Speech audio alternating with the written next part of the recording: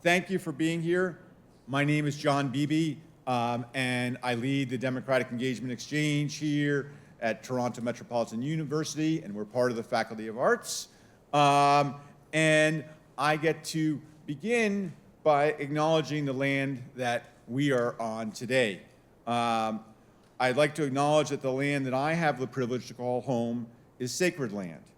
My journey to this place began when my ancestors settled in what is now called New York and continued when I settled here 14 years ago. This land that I now call home has been the site of human activity for over 15,000 years.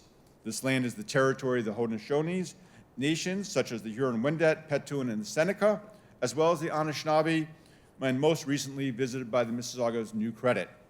The territory later became the subject of the Dish with One Spoon Wampum Belt Covenant, an agreement between the Haudenosaunee Confederacy and the Anishinaabe to peacefully share and care for the resources and relationships around the Great Lakes.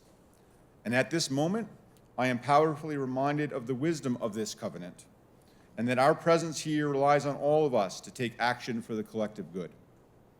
I am committed to listening to and learning from generations who have come before, so that generations that come after can also enjoy this land.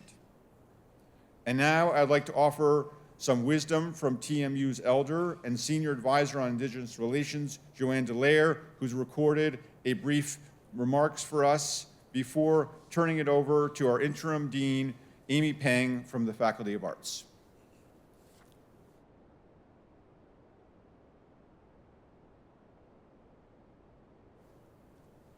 Wachie, Adishna Hasan, Sahakutam, Kashishin Ishku, Mayingando Dam Omashgigo. I just announced myself in my ancestral language, which is Cree. My ancestors hail from Attawapaskat. And I said, hello, my name is Shadowhawk Woman, and I'm from the Wolf Clan. And I'm Omashgigo, which is Swampy Cree, which states the territory I'm from. So I'd like to offer this brief prayer to you, and then I'm going to say a few remarks. So thank you very much for listening. If I forget to say that at the end, here we go. O Great Spirit, whose voice I hear on the winds, whose breath gives life to the whole world, hear me, I come before you, one of your children. I am small and weak, and I need your strength and wisdom. Let me walk in beauty. Make my eyes ever behold the red and purple sunset. Make my hands respect the things that you have made, and my ears sharp to hear your voice. Make me wise so I will know the things that you have taught my people and the lessons you have hidden in every leaf and rock. I seek strength, not to be superior to my brothers and sisters, but to be able to fight my greatest enemy, myself. I think that prayer says a lot about what we're talking about today, and that's the power behind voting and the luxury that we have in this country to not have to fight every year to vote. We haven't had a civil war in our country for a very, very long time. And that's because we have a democratic system that speaks to our power as an individual. And at no other point in life will you be more powerful than when you tick that ballot box off when you vote. It's one of the freedoms that we cannot lose. It's our ability to own our own destiny by having the power of vote. So please, please find a way to make your vote count. And, you know, it's a way of stating your opinion. And it's very important because I hear people say, you know, my opinion is important. And I totally agree with that. Everyone has an opinion. Your opinion to be heard and be respected. You have to do the same thing to all those other opinions that you don't agree with. You have to just listen and be respectful. So as you go out and think about voting, and the world is full of all kinds of situations that need to be voted on right now, I hope that you will think about peace and civility and love and respect for each other. And I'm wishing you all a very good day. Thank you very much for listening. Take care. Bye-bye now.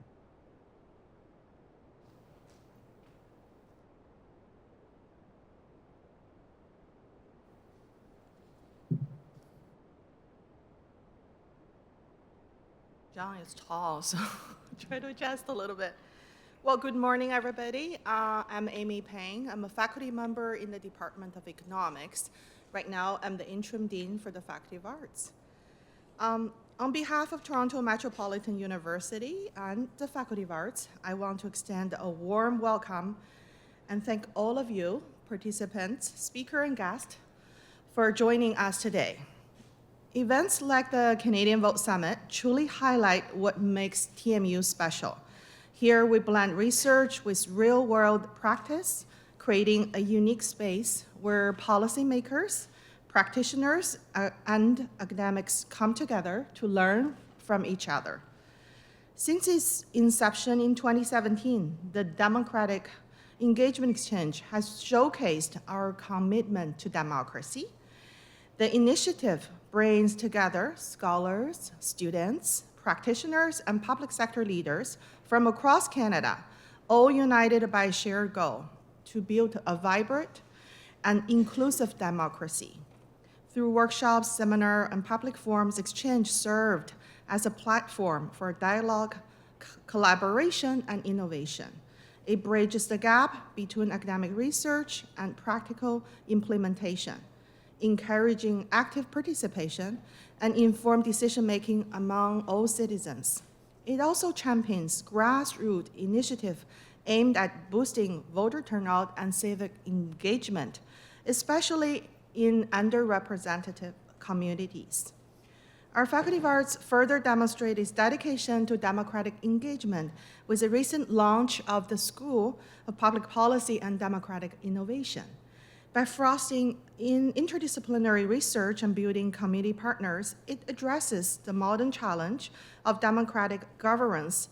It's a hub where academic insights translate into practical solutions, reinforce our democratic institution, and equipping the next generation of leaders with skills needed to navigate and shape the complex landscape of public policy and democratic processes. In times like this, when democratic discourse feels strained and political climate can be discouraging, universities have a crucial roles to play. We need model and support constructive democratic dialogue, encouraging the sharing of ideas and expression of diverse views as we tackle pressing global challenges. Through research, education, public engagement, we can foster a culture of critical thinking and open debate essential for a healthy democracy. It is up to us to inspire our students and community members to actively participate in democracy, emphasizing the importance of voting. By creating programs that engage students in electoral process, we can support their effort to become change makers. At TMU, we believe that democracy is not a given, but a continuous process that requires active involvement and constant nurturing. Our efforts are aimed at contributing to a society where everyone has opportunity to participate fully in democratic life and where public policies reflect diverse needs and aspirations of the people they serve. Now, it is my honor to welcome Stéphane Perrault, Chief Electoral Officer at Elections Canada. Elections Canada has been an invaluable partner and a key supporter of the summit. Their dedications to ensure fair and accessible elections is a testament to the strength of our democratic system. Welcome and thank you, and please enjoy the summit.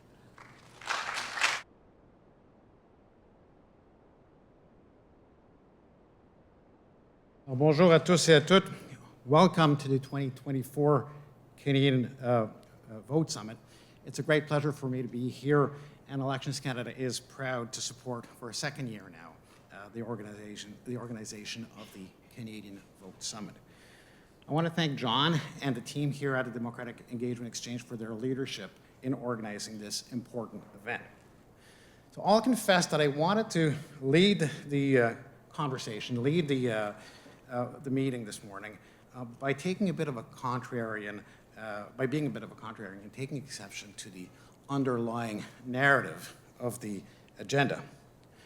It seems that we've never talked so much or read so many media articles about democracy as we have in recent years and months.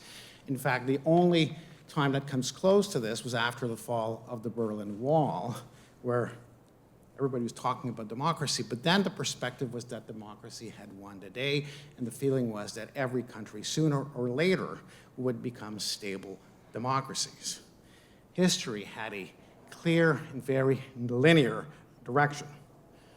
The tone of the conversation, of course, is vastly different today.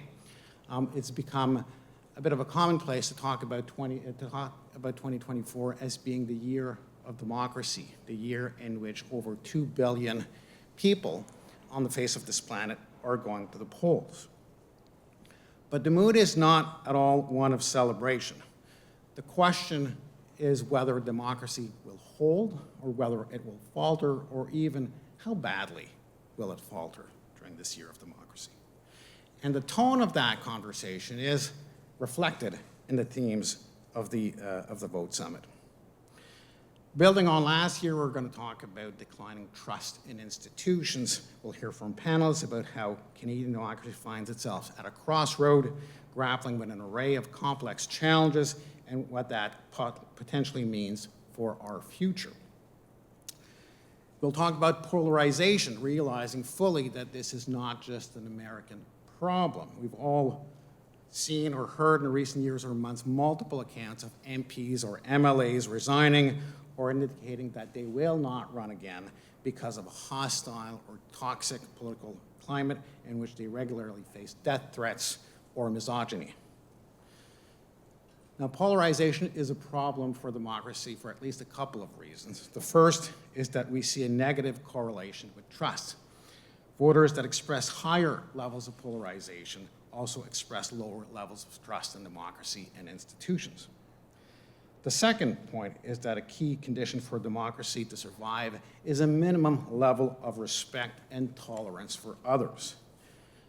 In a world where the other is not just your competitor, but your enemy, where political adversaries represent or are perceived as a threat to your lifestyle, no amount of democratic procedure or judicial procedure, as we see in the US, will provide legitimacy to the other side.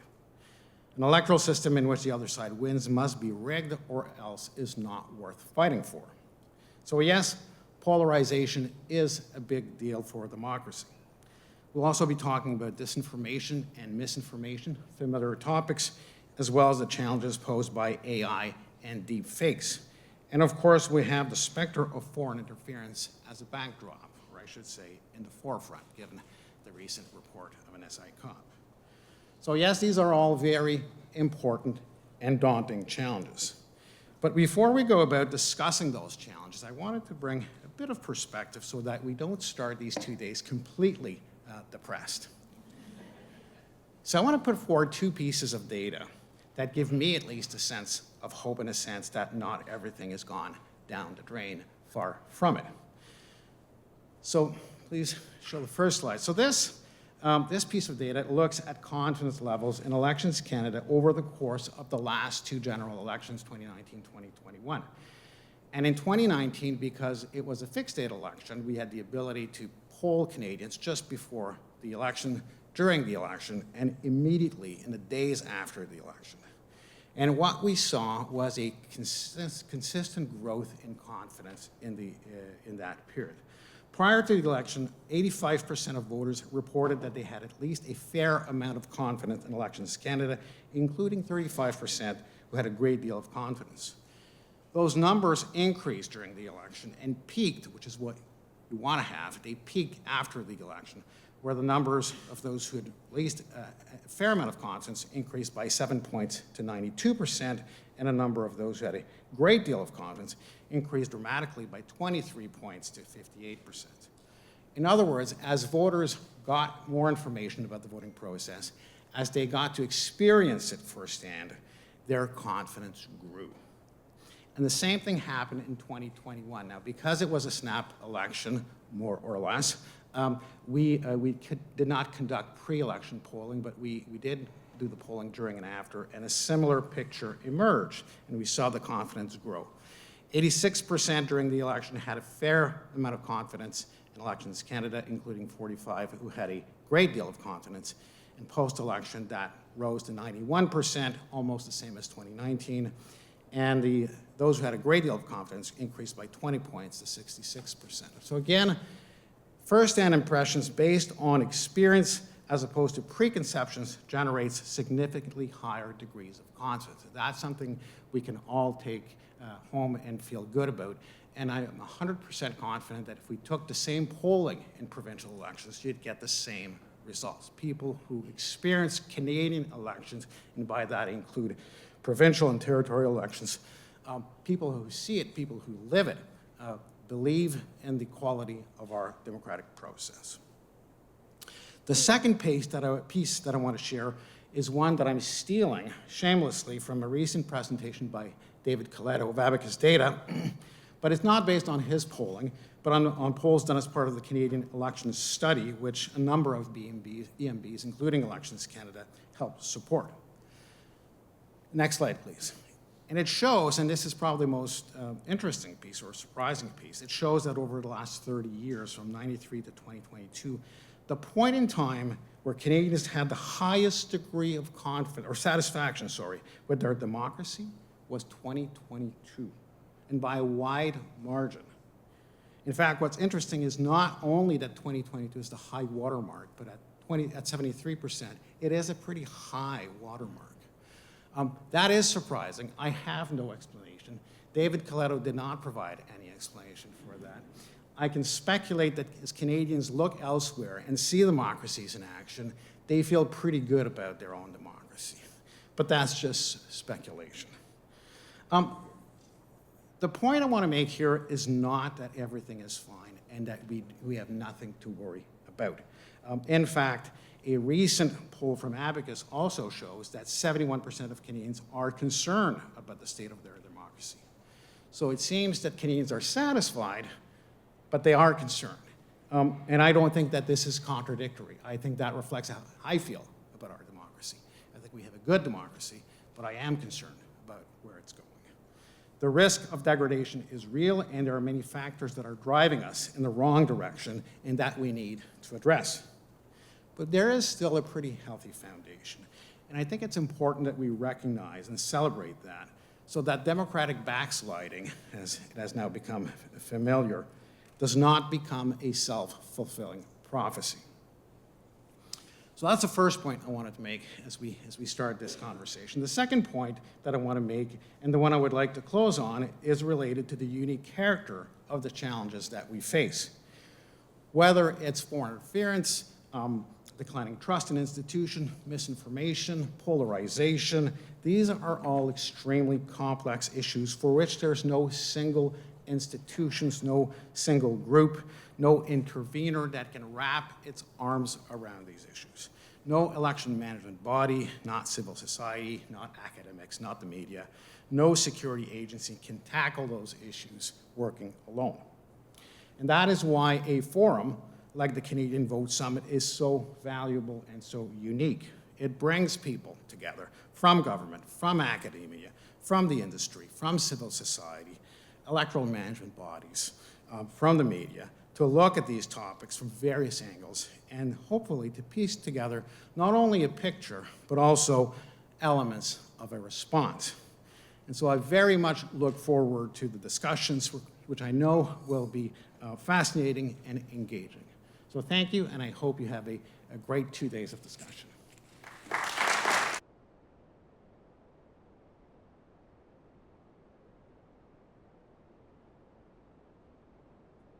Thank you, Stéphane, for your insights, setting us up perfectly for the next couple of days.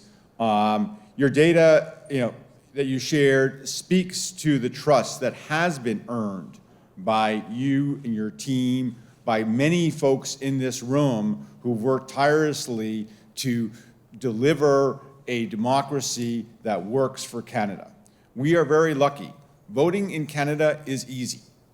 Not everyone knows that, but it is, for most people, it's easy. But what we have to do is ensure that people are engaged, that it is meaningful, and that that they remain satisfied despite their worries. So first, I want to extend my heartfelt gratitude to all our supporters and partners who've made this gathering possible. A particular shout out to Elections Canada, who has been a consistent supporter of both the summit and the work we do here at the Exchange. I also want to thank our lead sponsors, Apathy is Boring and Microsoft, our supporting sponsors, the Association of the Municipalities of Ontario, Elections BC, Elections Ontario, the Atkinson Foundation, the Hamilton Foundation, and the Consortium on Electoral Democracy, our research partners in Abacus Data, and our media partners at the Toronto Star. And of course, our advisory committee, who's been instrumental in shaping the content and the focus of this summit, and have met for the last few months. As Stéphane alluded, the Canadian Vote Summit is a unique cross-sectoral gathering of thought leaders from across Canada representing civil society, academia, public service, media, and industry. Each of you bring an exceptional range of experience and expertise. We brought you together to build bridges across sectors to meet these challenges because we know that no one sector can do it. So our challenge to you is talk with each other, connect, build those bridges, take advantage of this time. That's why we brought you together in person. Today, on day one, you will hear from leading thinkers and community builders. And we also want to hear from you. You hold the solutions and the challenges we'll be discussing. We encourage you to ask questions and propose solutions through Slido. We're using our tech here. And Kat will explain a little bit more about how you're going to do that. But tomorrow on day two, you'll have more opportunities to contribute solutions during workshops and interactive solutions-focused sessions.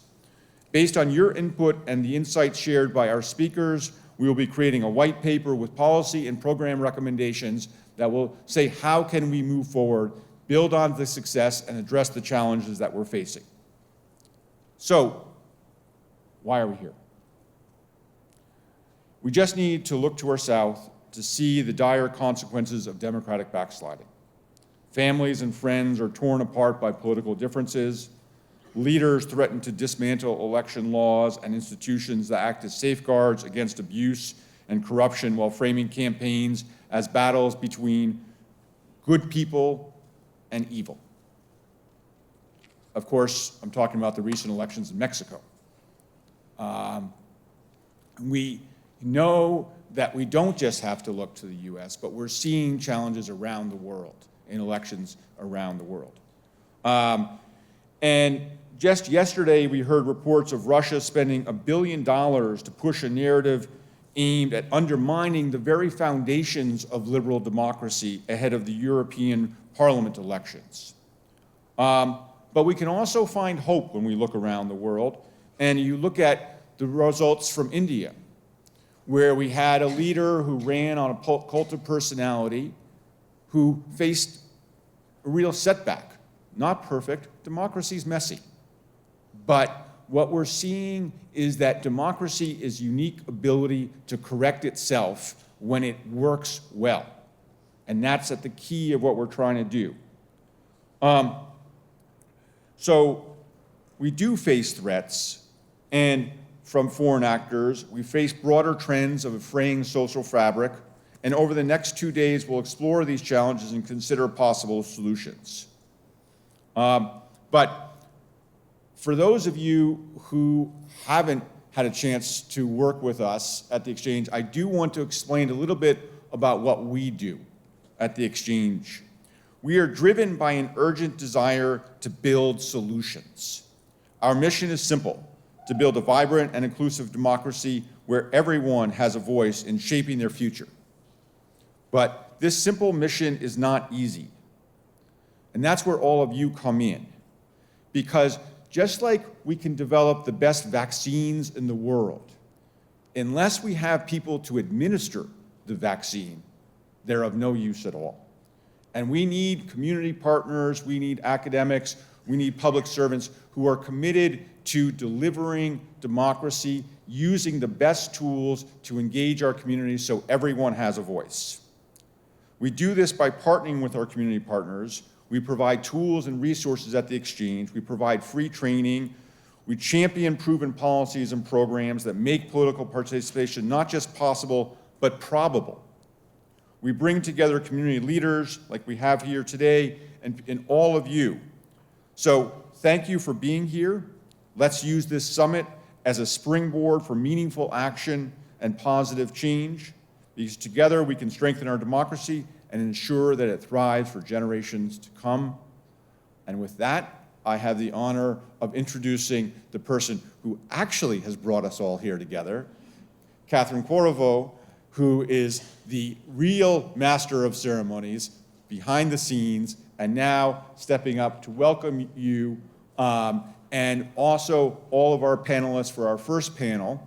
And Catherine, we're almost on time, so I'll bring you up. Thank you very much.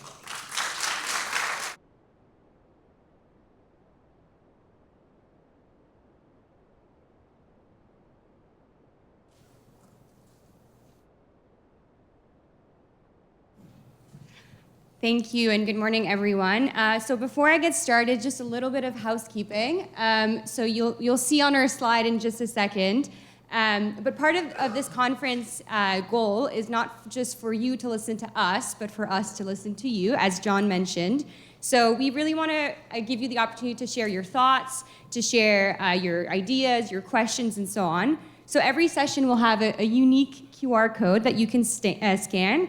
And please share your questions, your policy recommendations, any concerns or thoughts that you'd like to share. Some of them will be read by our great colleague Helen here during the Q&A, but we just want to make sure we can capture it even if we can get to it during the Q&A. So unlike many school settings right now, I will be encouraging you to be on your phone and to type away during the session. But now on to the fun stuff. So we're here because, as John alluded to, Canada's democracy stands at a bit of a crucial crossroads. We face formidable challenges from rapidly evolving technologies, from a fragmented information ecosystem, and a weakening social fabric. Many Canadians struggle with their daily life and are constantly asked to position themselves on major crises. For many, this feels like being asked to do a very complex task with inadequate tools. And yet, the decisions we make now will shape the future of our democracy, and it is our firm belief that each one of us has a part to play in this journey. So today, we're going to examine the current state of Canadian democracy, its vulnerabilities, and the stakes for upcoming elections. We'll discuss eroding public confidence in governance and a growing frustration with our democracy's ability to address pressing issues both at home and abroad. Our conversation will highlight the importance of engaging the majority center that may feel forgotten and understanding the profound disillusionment amongst our youth who report feeling disconnected and mistrustful of our government. So let's dive together to talk about all these fun little issues. But today I'd like to welcome three people I personally admire a lot, all from three very different backgrounds and perspectives. We're going to be doing some problem identification, and hopefully we'll challenge some of your preconceived notions. But more importantly, I hope that all four of us can move swiftly towards solutions and thinking about sort of next steps. So if this is to be our democratic crossroads, my question for all of you is, where to next? So without further ado, our panelist, Sean Speer, he's the editor-at-large for The Hub. He's widely recognized as one of this country's most respected political commentators. He's also a senior fellow at the Public Policy Forum and the University of Toronto's Munk School of Global Affairs and Public Policy. Sean also previously served as an advisor to the former Prime Minister Stephen Harper, and he happens to be a walking encyclopedia of knowledge. If ever you want to know anything about politics, he's the guy. We have Oksana Kishchuk, who's the Director of Strategy and Insight at Abacus Data. With nearly a decade of experience in the market research industry, Oksana combines her passion for data and curiosity to create impactful research plans and cultivate new practice areas. Oksana has been deeply involved in our work and many of the organizations in this space to help us understand how Canadians, especially young people, really feel about the state of our democracy. And finally, we have Michael Warnick. He's the Jaroslavsky's Chair in Public Sector Management at the University of Ottawa. His 38-year career in the federal public service culminated when he served from 2016 to 2019 as Canada's 23rd Clerk of the Privy Council.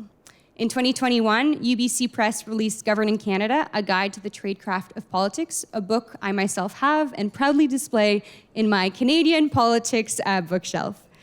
Michael contributes regularly to a number of leading policy publications and provides advisory services and mentorship to emerging leaders and students. He is also a senior advisor to MNP Digital Inc. So we're in good hands this morning for this first conversation. Thank you for being here and for participating in what we hope will help us reflect on the challenges and opportunities that we'll be discussing for the next 2 days. So let's dive right into it. I'll ask each of you who has like a unique perspective on this to think about what the most significant challenge is that you see facing our democratic system today, and also think about what the root cause of this challenge. So Michael, I'll ask you to go first, then Oksana, and then Sean.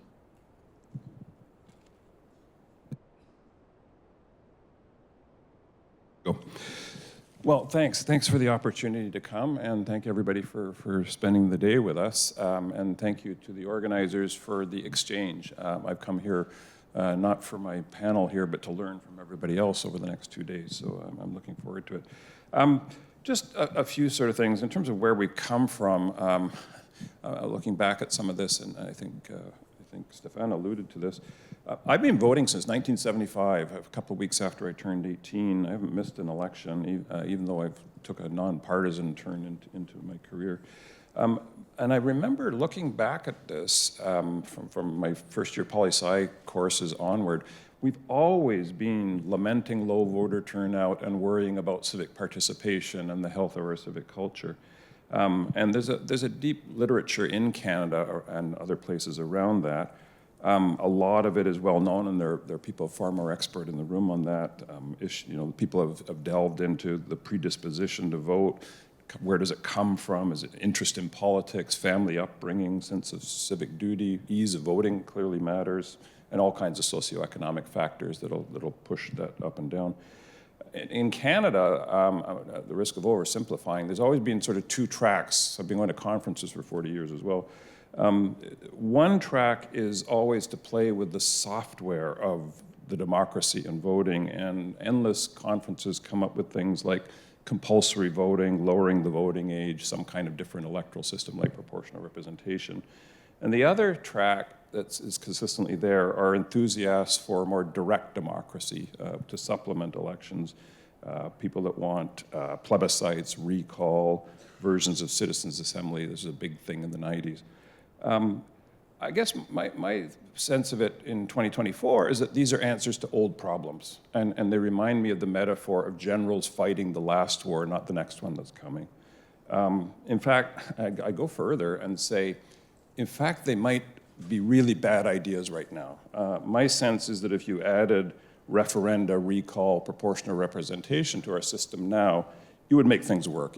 It would be putting lighter fluid on smoldering coals, because it would create more incentives for politicians and parties to, respond to the incentives and pursue the politics of division, narrow casting, harvesting grievance, rage farming, all those sorts of things. We should always pay attention to the incentives that we create for our politicians and parties, because they're highly, highly rational and scientific about it, trying to put together a winning strategy. So there's more to it than voting. I mean, the title of the summit's important, but I'm sure what we'll come to is real engagement. Do people give money? Do they give time? Are they volunteers? Do they belong to constituency associations? Looking at the young people I know, are they engaged in issues and causes, but not through partisan politics? Do they participate in voluntary activities, NGOs, community things? I think one of the things that is worth exploring is this is in the literature about people's predisposition to come out and vote. Why would you vote, and why would you run for office? Is that at some basic level, politics has become more distasteful, more grimy, less noble, And it's a hard life for elected politicians. I have enormous respect for people that run for office, whether it's my local school board trustee or people running for federal parliament. So I think, my sense is the topics are exactly right, and the Stéphane's exactly right. These are the issues. Let's not fight the old wars. Let's deal with the new ones. So it's very much about disinformation. It's very much about the implications only being felt in its early days of AI. AI will be the biggest change in our lives since the internet, and we're only just at the early days of that. The erosion of middle ground, compromise, accommodation, and civility is part of why people would say, why would I go into politics, and why would I even show up and vote? A lot of politics looks very performative, a lot of theatrical, ritualistic, and I think at a deeper level, my thesis is it's seen as something other people do, politicians and us. And the solutions are going to be, and this network's so important to that, grassroots community engagement of people in making decisions, whether it's local zoning or school board policies or library boards or municipal, or federal or whatever. It has to be something we do, not something other people do, and that's where the solutions sing. I think we have to defend, the electoral system in depth and not take it for granted. The good news in Canada, compared to sort of looking down south, which I will do, is we have not breached limits on spending and fundraising and third party. We have not been taken over by big money, as the Americans have. I guess we can blame the American Supreme Court ruling or whatever. I would be hyper vigilant to any relaxing of the rules around spending and fundraising and third party spending, because then we will slide towards the more American situation. It's a very efficient system. Stéphane's going to deliver a national election where the votes are all counted within hours and people trust the outcome for about, $600 million, 700? It's a bargain. It's a bargain. That wouldn't buy you a congressional race in the United States. But the conditions are here. We have to worry. Populist politics, if it becomes a winning strategy, will give us populist leaders. They're thin-skinned, they're intolerant of dissent, they play to their base instead of a broader public and so on. So you asked about solutions. I think it's defend in depth, and there's no single panacea thing. Probably the most important thing, and I think we're talking about this more later today, is defending the information space.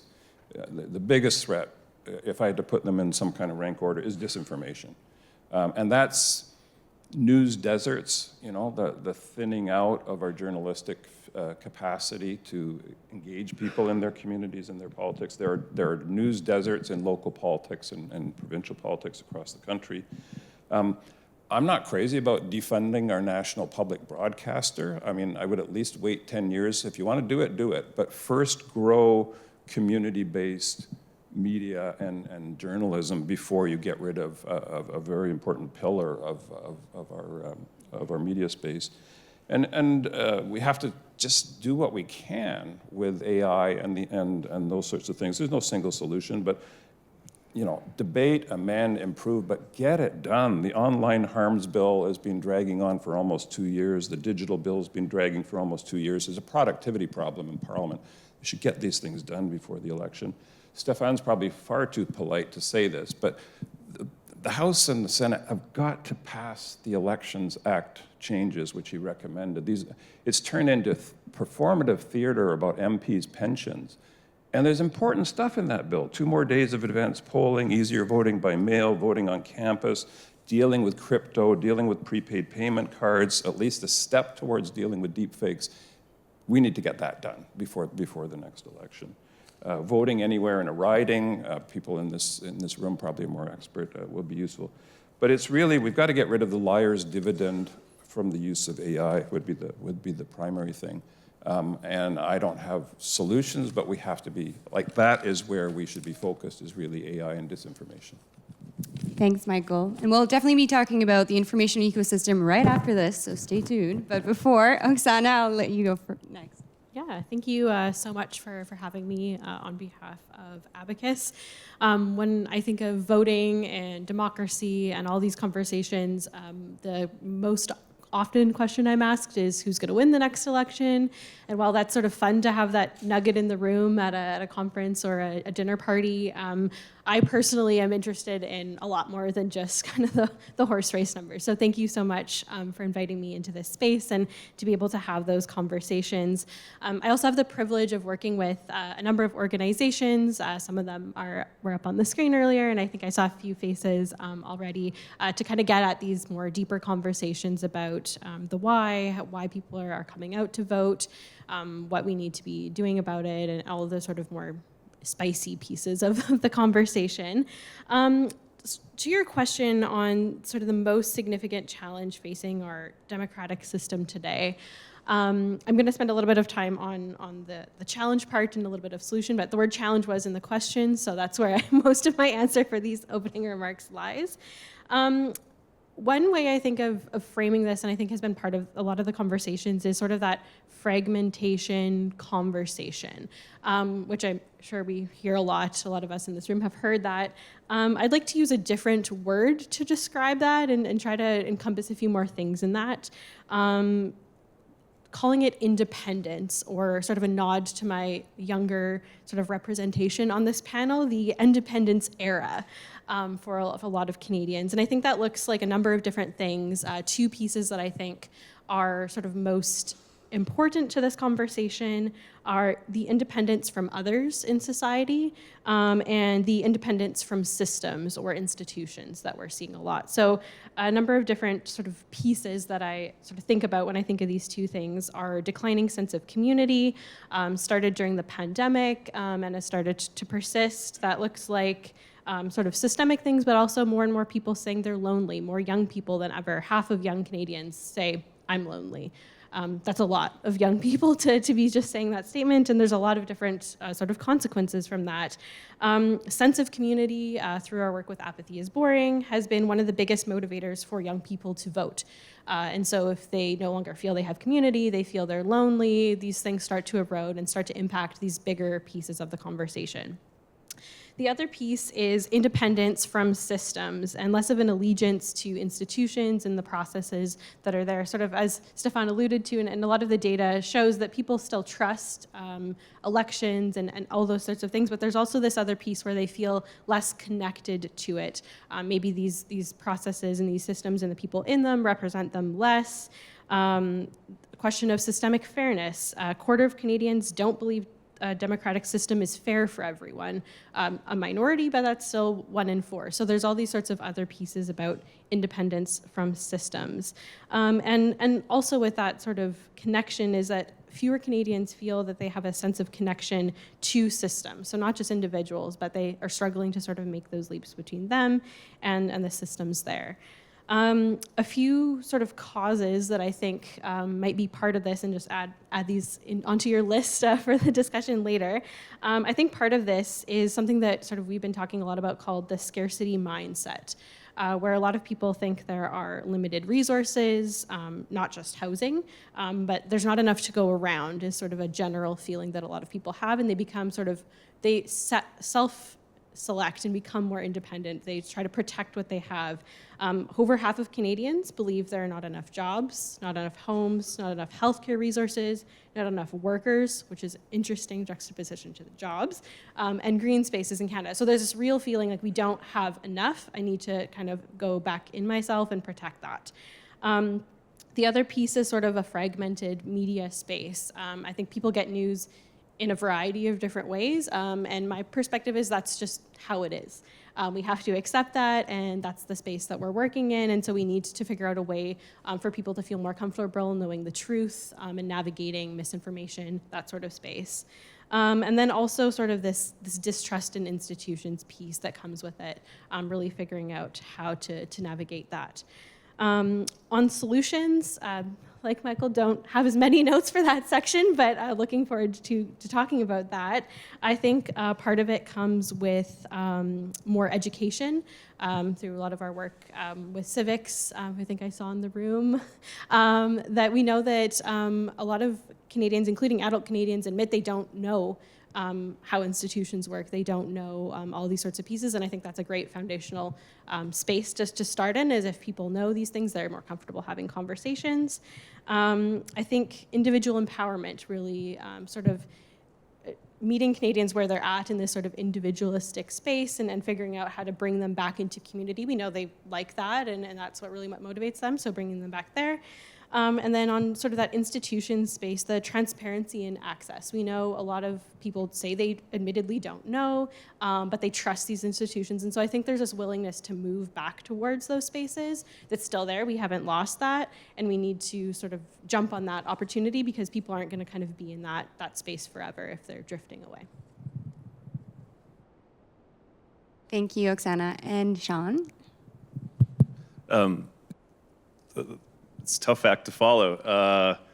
First of all, let me just say thank you for having me. I've been grateful to be part of the Democracy Engagement Exchange's events over the years. I think it speaks well of the organization that it's so committed to ensuring a broad set of perspective and views on these issues, and so it's a great honor to be back.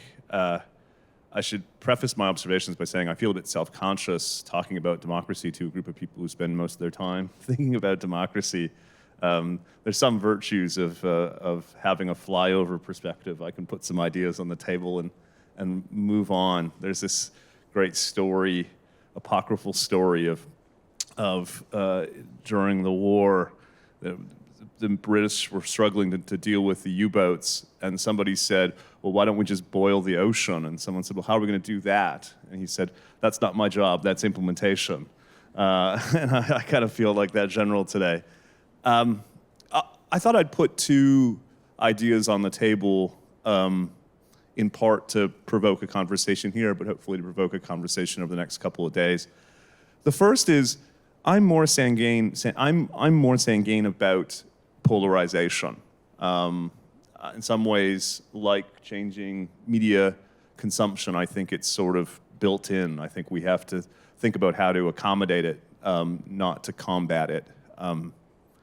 Effective polarization informed not by competing conceptions of the proper focus of our government, or even things as fundamental as what constitutes a good life, is a problem. That is to say, polarization that's primarily about opposition to one's political opponents is unhealthy.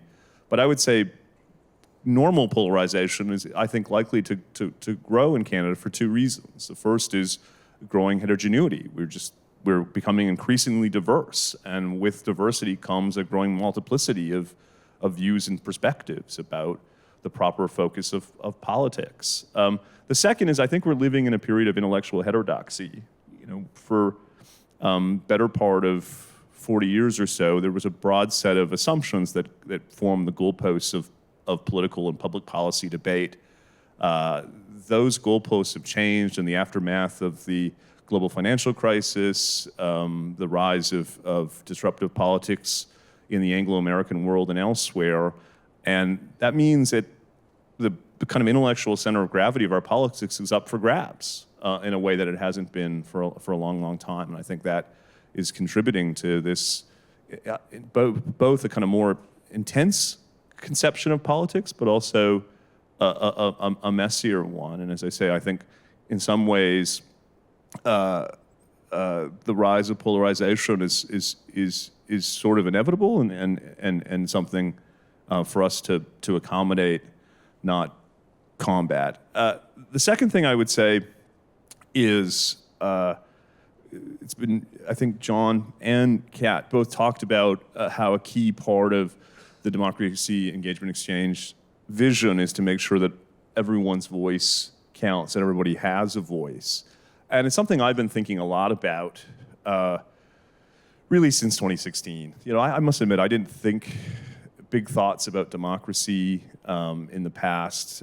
Two factors I think changed that. One, my wife is much more of a small D Democrat than I am. She grew up in rural Canada on a farm and was just shot through with conception of democracy and a sort of bottom-up understanding of how we organize our society and how we do politics, and it's had some influence on me.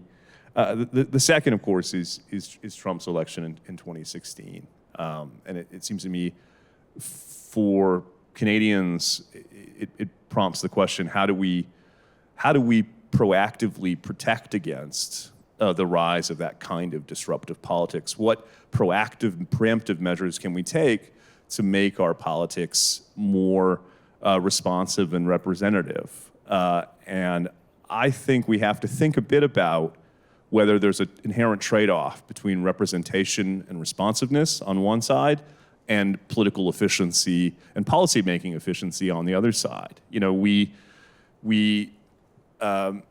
feel good about the fact that it's relatively straightforward for a majority government to pass sweeping legislation, and we juxtapose that with the so-called gridlock of the American congressional system. We like the fact that our first past this post system tends to produce majority governments even if we don't have parties winning 50% plus one, again, because it's relatively efficient. And I increasingly think that there's an argument that we ought to be prioritizing responsiveness and representativeness, even if it makes our politics messier and more complicated, because over the long run, incorporating different voices into our politics may be the best protection against the rise of a big explosion like we saw in 2016. Cass Mudd, who's got a name that is made for television, is a European political scientist who talks about populism being the repoliticization of issues and subjects that the political class has sought to depoliticize. And I think that's an apt description of a lot of big issues in Canadian politics. Depending on how you ask the question, a majority of Canadians believe corporations should pay much higher taxes. There's really no political voice for that perspective in our mainstream politics. Depending on how you ask the question, close to a majority have serious misgivings about our immigration policy. There's really no political vehicle in our mainstream politics for that perspective. And you can go down the line on different issues where we've essentially closed out debate, where we've excluded large minority voices from having a means of expressing their political preferences. And so at the risk of going to the past, I do think that we need to have a conversation about proportional representation. Yes, it would make things messier, it would make things more inefficient. But I think one can make the case that over the long term, making sure that people feel like they have a voice in our politics, like they have representation, and that our politics is more responsive, may counterintuitively be the best means of protecting against more extraordinary political developments in our country. And in that sense, we would be effectively trading off, making our politics admittedly less efficient, probably less edifying, but over the long run, I think making it buttressing it, fortifying it against the types of disruption that we're seeing in other parts of the world. Thank you, and thank you to all three for these thoughts. Well, I'm glad you brought all of this up, Sean, and I think this puts us in a great position to have a bit of a conversation between the three of you. I'm curious to know more about what you see that responsiveness looking like in Canada. You mentioned proportional representation. And Oksana, I'll come to you in a second, just because I think there's an interesting tension there with the idea that a lot more Canadians feel like they're in their independent era and don't necessarily want to engage with the institution. We're facing many crises in this world, in Canada as well.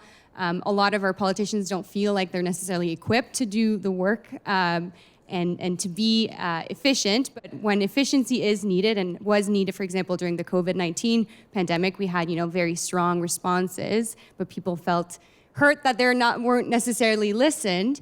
But if we hadn't had that effectiveness, there's questions around where we would be today. So what does that responsiveness look like for you, and how can we make sure we're really striking that balance as we face more and more crises, be they, health crises, environmental, whatever, name it.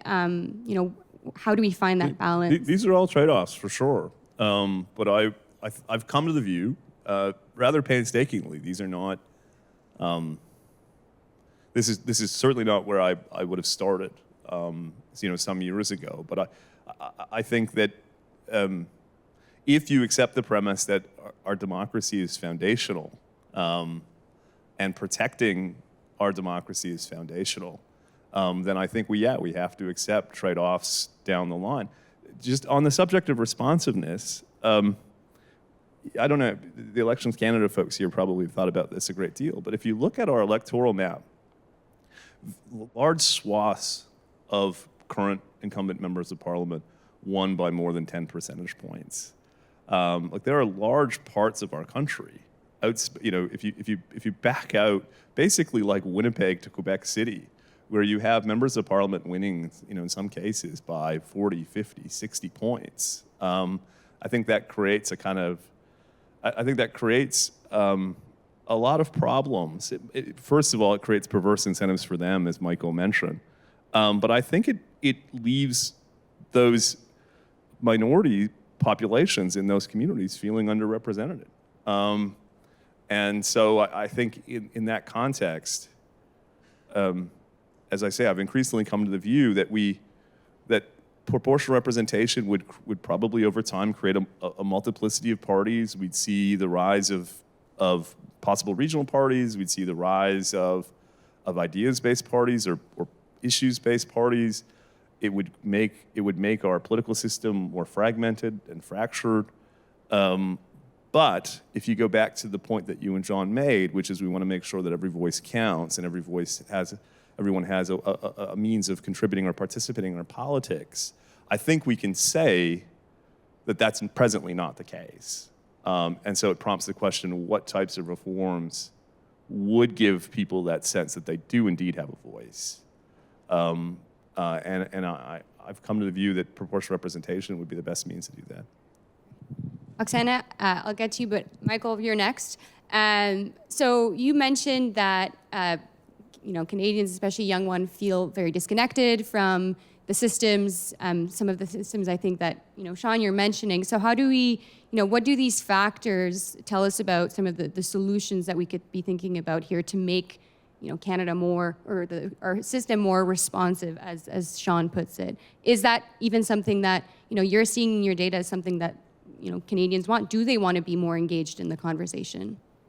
Yeah, I think I'm not the person best placed to have a conversation about different sort of systems and forms. I think in part because the people I talk to every day, average Canadians, also don't have these conversations, and I think that's part of the discussion. But I think the other piece is that just taking it a step back further, and that people need to be having conversations with each other and feeling comfortable about having those conversations. We did some work earlier this year, and that half of Canadians are uncomfortable having a conversation with someone they disagree with.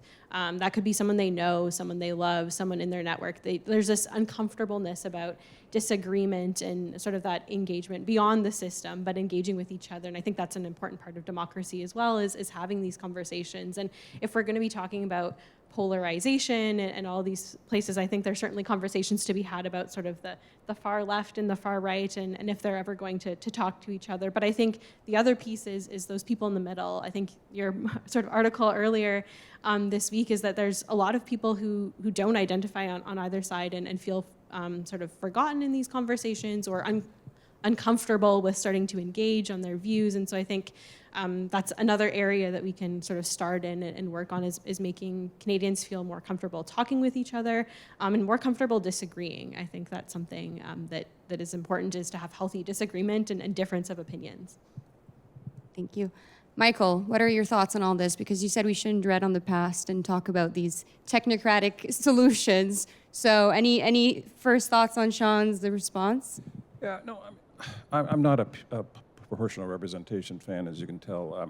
You just have to look at Germany, where they now have 7 parties. The left party split 3 times, the right party split. Now you've got a virulently anti-immigration, sort of rage farming party and so on. If PR is a good idea, let's try it in Ontario. Convince Doug Ford. Try it in Quebec. Try it in BC. have a province, this is how we built Medicare, we're a federation, try it. See how the parties respond in campaigns, see what coalition government looks like. Coalition government is very different than the cabinet government system that we're used to. It would take a couple of pancakes to get it right. So let's try PR in Ontario. I wouldn't bet our national system on it right now. You know, I think what's important is what happens between elections. So I think we have to kind of see our representatives as people that are conveners in their communities for bringing people together instead of, you know, I'm the conveyor of my party's message to you.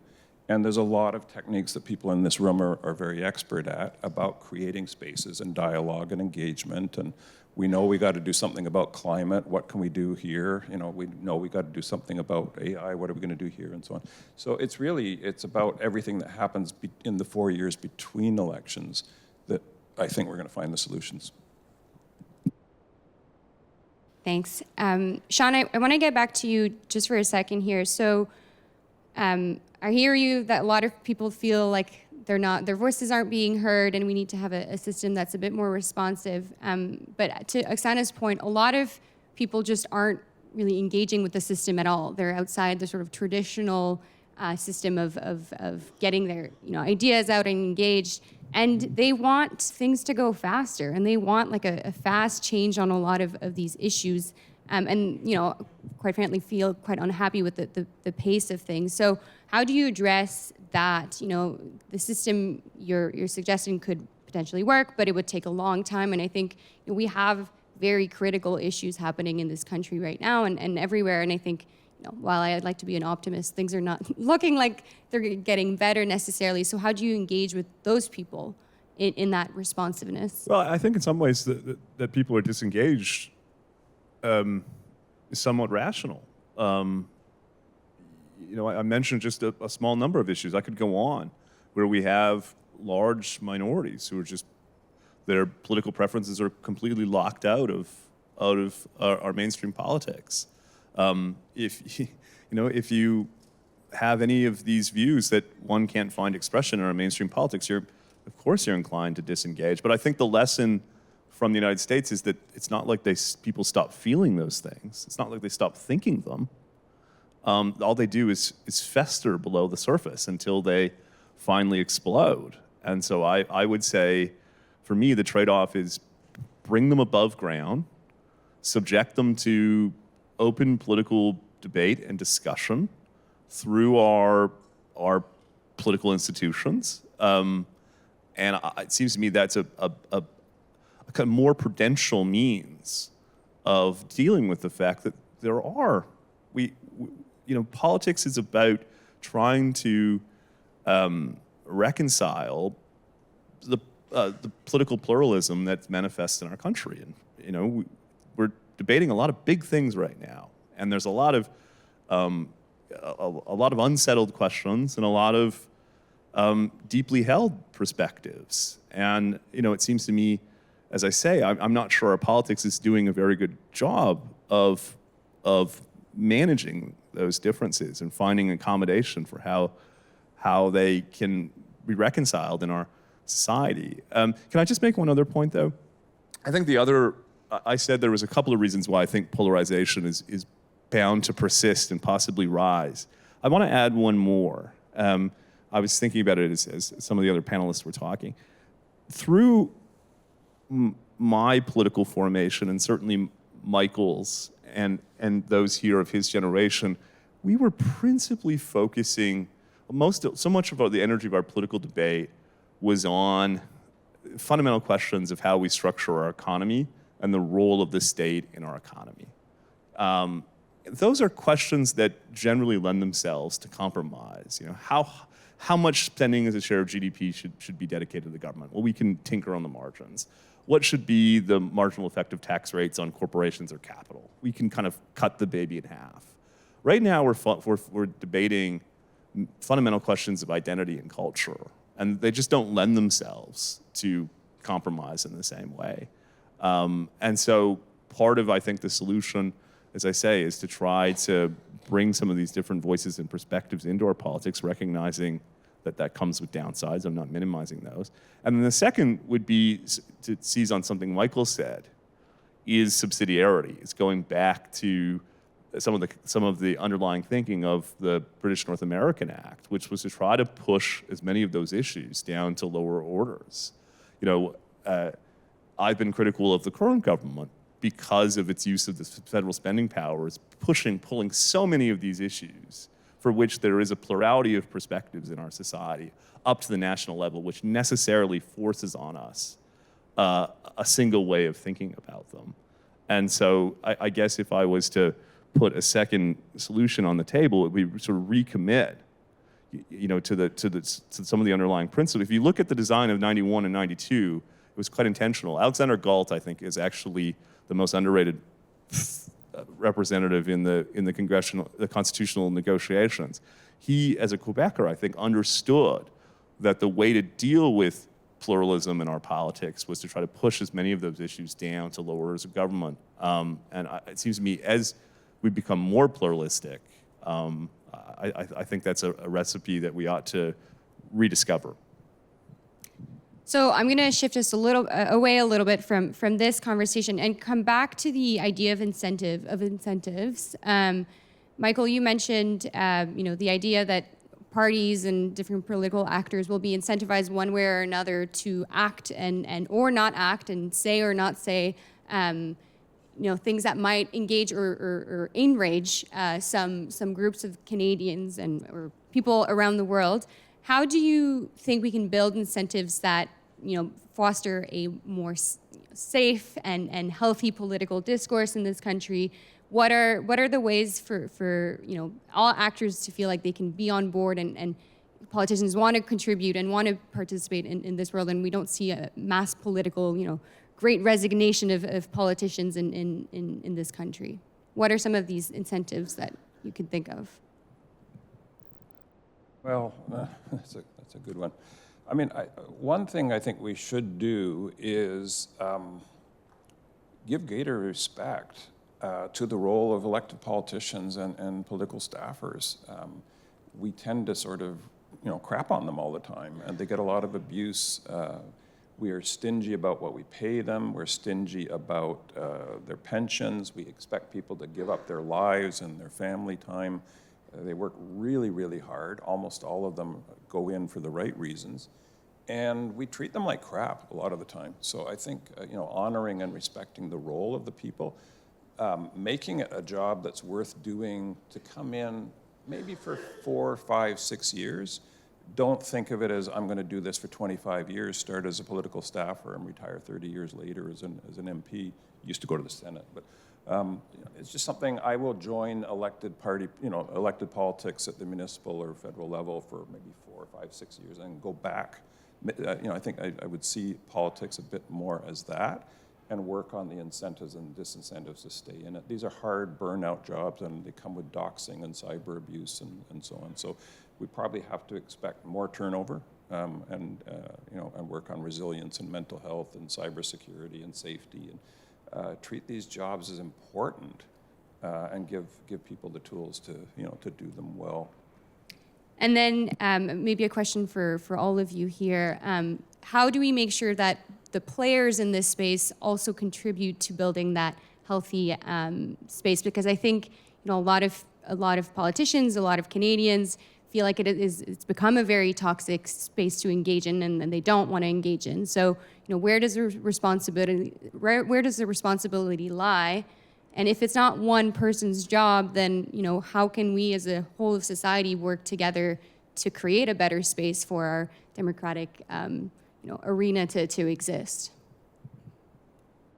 Sure, I'll jump into that one. I think part of that is having those other conversations. I think like other panelists have now mentioned about sort of beyond just the top of the stack kind of political debate that's on the front of newspapers. I think having those sort of conversations in other smaller spaces. I think having conversations with the folks that they represent. To Michael's point, just having more of those conversations in those spaces. And I think the other sort of piece is, and I don't know necessarily how to word this or what exactly the answer is, but I don't think we need to abandon the idea that we have different ideas, and when we come to a space where we talk with others who we disagree with, we don't need to pretend that we pretend that we disagree with them, or sort of have these pieces as sort of people are going to have different opinions, and they're going to come to the table with those different opinions. And so I think having a space that sort of respects those different opinions, that they can see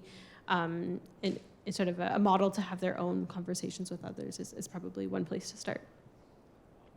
I agree with Michael's starting point that we need to improve the conditions around what it means to be an elected official in this country.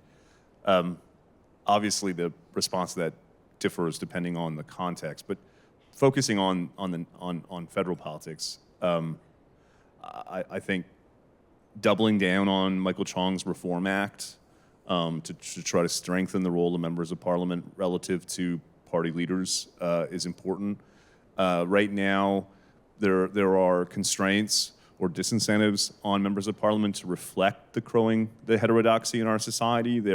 There's incentives instead to effectively limit oneself to a set of propositions held deeply by either the party leader, him or herself, or the party faithful, when, of course, the truth is most of us have a diverse set of political preferences. And so I think one way in order for parliamentarians to give expression to views that may buck up against party orthodoxy is to strengthen the Reform Act.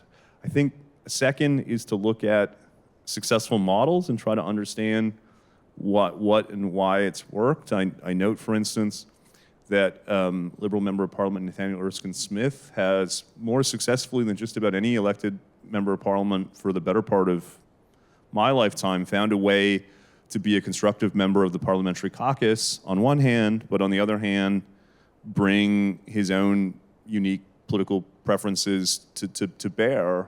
And there's not been a lot of people who've been able to manage that balance, and he seemingly has.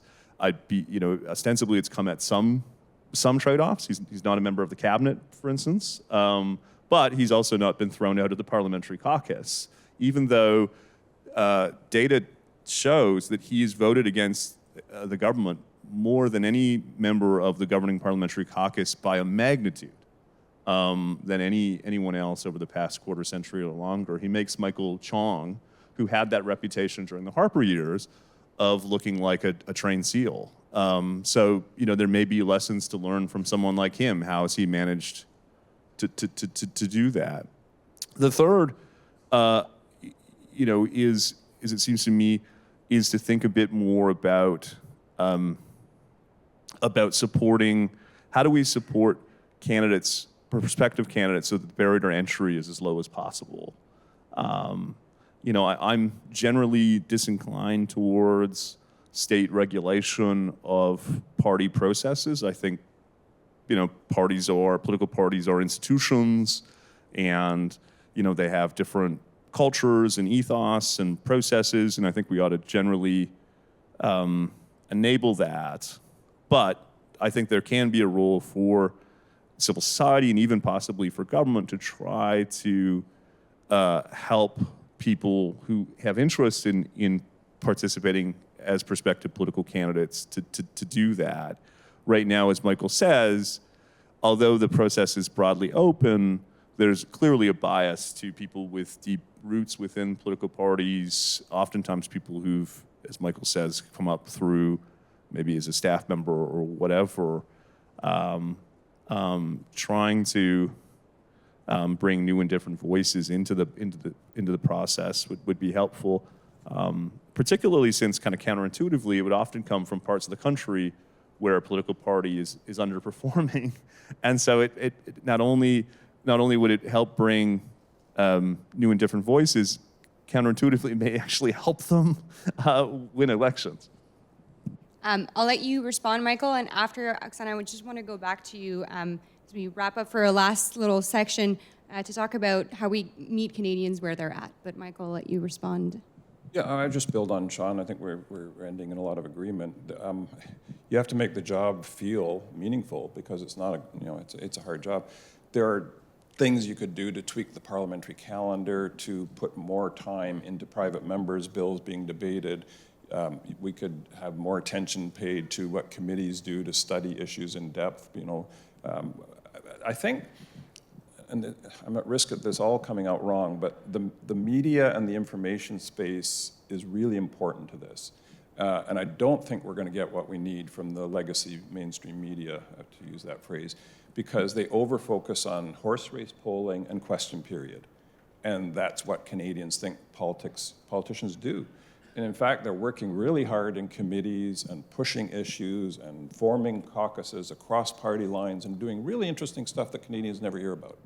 So I think we need to build the information space that gives more attention to the efficacy of our parliamentarians, devote all of Friday to private members' bills, have people cover I was at a parliamentary committee yesterday for an hour.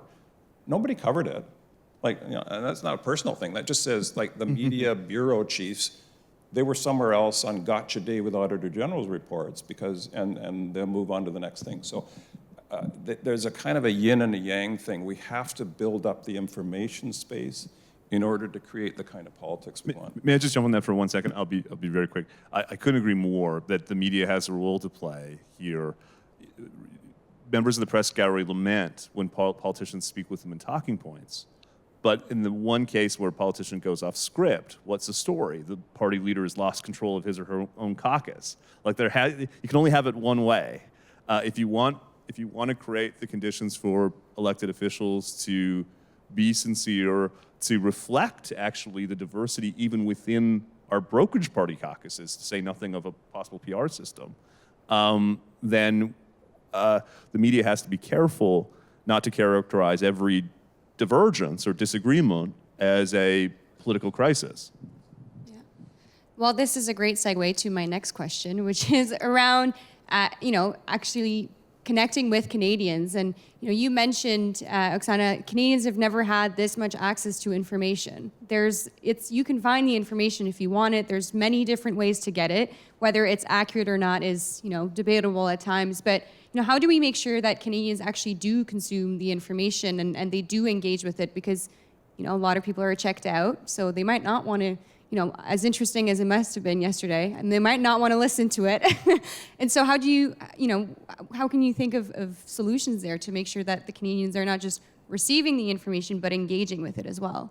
Yeah, I think I have to echo kind of the conversation that's just been happening, in that the media ecosystem is not what it used to be. Not only are people consuming content on different platforms, but I think the way in which people, the type of content people are consuming is vastly different.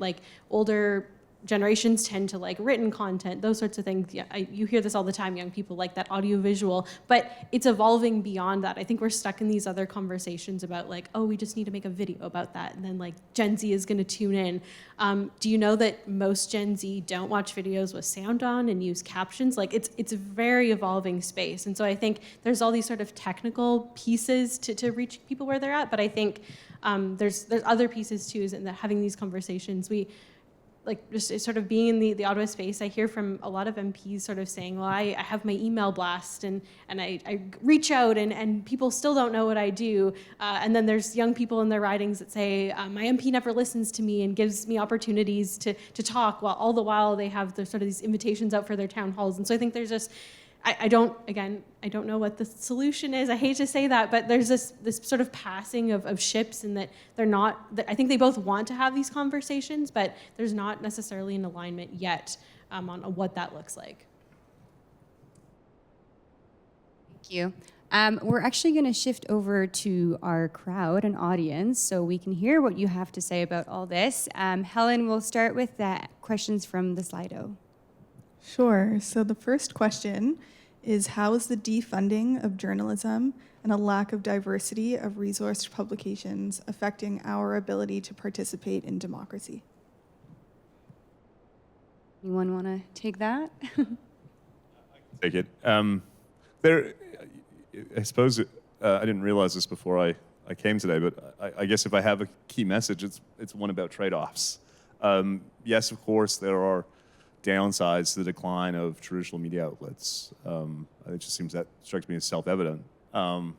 But we're also living in a more egalitarian or democratized environment as well. And so that has its own sets of upsides. It's messier, it's more complicated, there's the risk of poor quality, etc. But I would start from the premise that the way we ought to think about these questions is how do we account for it or accommodate it as opposed to try to combat it, because it strikes me that these forces are so powerful. But to give you a concrete example, though, of the potential downsides of the evolving landscape, or at least the interaction of the evolving media landscape and politics,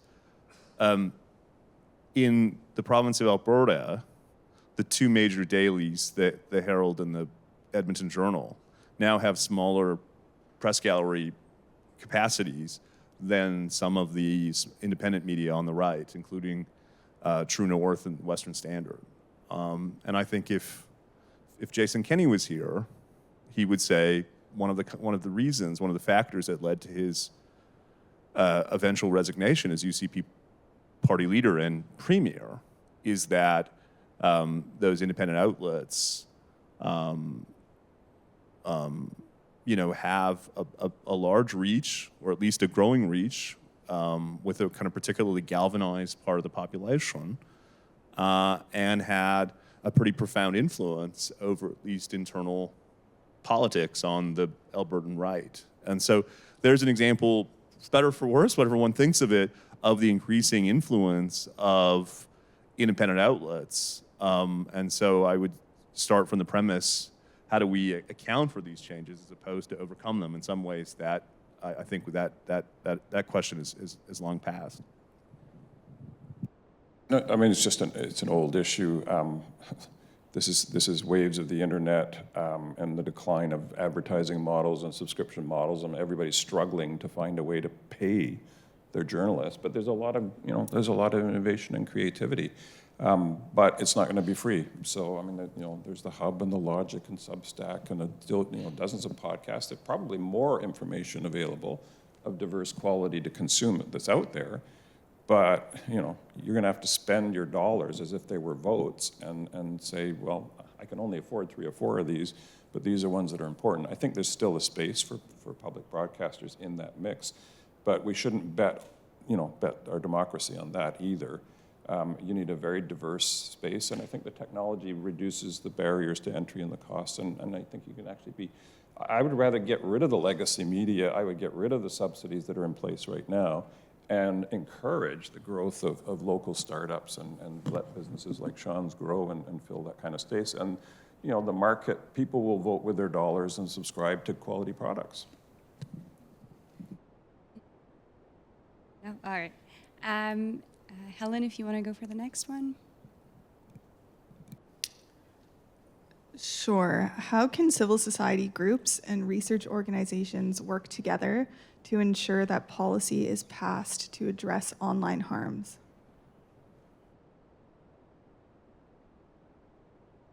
Any initial thoughts on sort of getting... There's a bill in front of the House of Commons right now that's been there for nearly 2 years, so I would send emails to the MPs and say, get it done. This is a pure case of the perfect is the enemy of the good. They should get it done. Legislation is just software. If you don't like it, update it in a couple of years, but you need to get on with it. Any questions from the audience? We can go directly to you. Otherwise, we can go. Oh, we have someone in the back. Maddie's going to come to you with Helen, or the mic right there.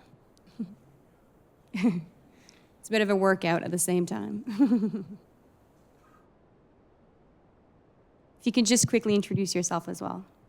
Sure. My name is Michael Uash from the Global Center for Pluralism. Picking up on Michael's comment about the good work being done in committee, and I don't want to sound feudalistic in asking this question by any stretch, because I've dedicated a lot of research to the kind of ingenuity that can come out of committee. But if you bring the media there, do members not start playing to the base again?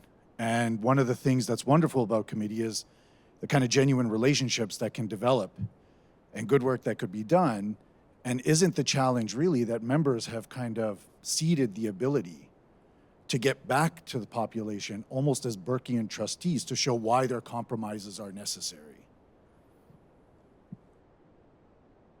I think you're always going to get a certain amount of performing for the camera and trying to clip things for fundraising video. I mean, that's just, we have to live with that.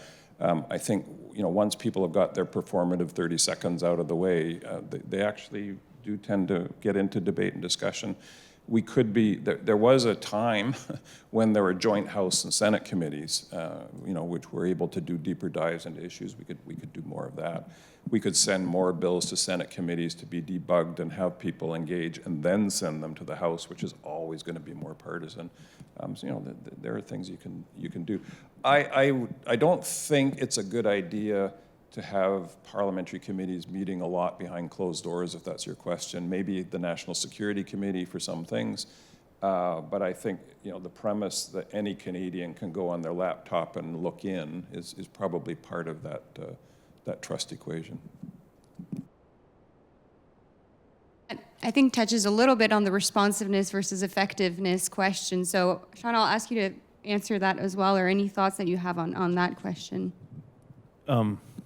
Yeah, I, on balance, I agree with Michael. There is a trade-off for transparency, and in some ways, technology is making that trade-off worse in the sense that, you know, I have a hard time getting myself up to go to a parliamentary committee because you just know you're going to read your 5-minute statement and then sort of just observe a lot of political tactics, you know, for the subsequent hour or so. But I think on balance, first of all, I can't imagine a politician arguing for less transparency. So even sort of as a practical matter, there's probably not a starter. But there are, I think, some things that can be done to try to strengthen the role of committees generally, the composition of the committee membership, the role of the committee in itself in selecting both the chair, but also selecting the study agenda. You know, even kind of one of the things the Trudeau government did for small d democracy, for which it deserves a lot of credit, early in its mandate, was undoing something the Harper government had done, incidentally, which was withdrawing the role of Parliament in setting the annual boring limit. The Trudeau government restored that principle, and I think you could take that idea further. The fundamental role, one of the fundamental roles of Parliament is its role in appropriation, and yet our estimates process is Byzantine, and the schedule is kind of a mess. There's a whole host of things I think you could do apart from closing the door to journalists to try to make parliamentarians think that their role in committee is important and they ought to preference that important work as opposed to TikTok videos. Oksana, I just have a quick follow-up question. You mentioned the need for education and for, you know, giving people a better understanding of how things work, because a lot of Canadians don't actually understand necessarily, they don't necessarily trust the institution, but they don't necessarily. Like, how do you think we can do a bit more of that to get them a bit more aligned and you know, informed on some of, you know, the issues we're discussing now? Yeah, I think some of it starts maybe a bit too late for some of us who are sort of past the education system, but I think there's a big role to be played in that, and sort of educating people from the onset about what democracy looks like, how it influences their lives beyond just voting. I think that's really important. But then also just kind of to echo the conversation about committees, I think opening the door to more parts of the process and what that looks like. Not to say that if you sort of take things out of in camera that every young person is going to get on their laptop and phone and turn on CPAC and jump right in. But I think you have to start somewhere, and you have to start sort of opening those spaces, or at least keeping them open, so that it'll take time, but people can end up in those spaces. I'm actually a little less fussed about this idea of how much Canadians know about the kind of intricacies of the system. It's a good thing that politics doesn't matter as much in this country as it does in countries where it really matters, right? The fact that people can hive off a large share of their time and their attention to things other than politics is healthy. So yeah, on the margins, we should be doing more civic education and so on. There's some great groups here, but I don't think that for me is the central problem. Especially if people, what we want is in our representative democracy is a mechanism for people to be able to convey to political actors what they care about, and then for political actors and public servants to figure out how to respond, and then be able to demonstrate back to those people progress or a lack of progress. And that's why I keep coming back to this point about representativeness and responsiveness. I worry that there is a barrier between what people are telling us about the stuff they care about and our political system's responsiveness to those. If someone can think of alternatives within the status quo, within our current structure, to make our system more responsive, I'm certainly open to it. But there is just something peculiar to me that, I don't want to use the word collusion, that's too strong, but when sometimes it feels like our political parties collude on certain issues in a way that effectively depoliticizes positions that are not fringe positions. They have the large minorities saying emphatically over time, we care about this, on the left and the right. And those ideas not finding a voice or representation in our politics. I think that's something long-term we ought to be concerned about, because I come back to the Trump election. Obviously, it was multifaceted, a lot happening, but if you accept the premise that in some ways these were the voices or the places that didn't matter, that felt like their voices weren't represented and they wanted a blunt force instrument to be their avatar, for better or for worse, then I think we need to try to figure out a way for those people to feel like our system is hearing them. Maybe not even acting on their preferences, because some of their preferences are bad and wrong. That's democracy. But at least they feel like it's being heard and engaged with. We have time for one last question. So if there's someone in the audience, we can do that, or otherwise we'll go to the Slido. Oh, I have one person in the middle there. Maddie, you can raise your hand just a little higher. There we go.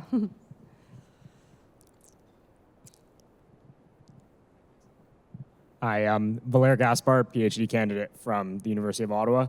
So my question is, are issues with democracy being discussed, so like populism, polarization, disinformation, et cetera, are they driven by politicians and elites or citizens?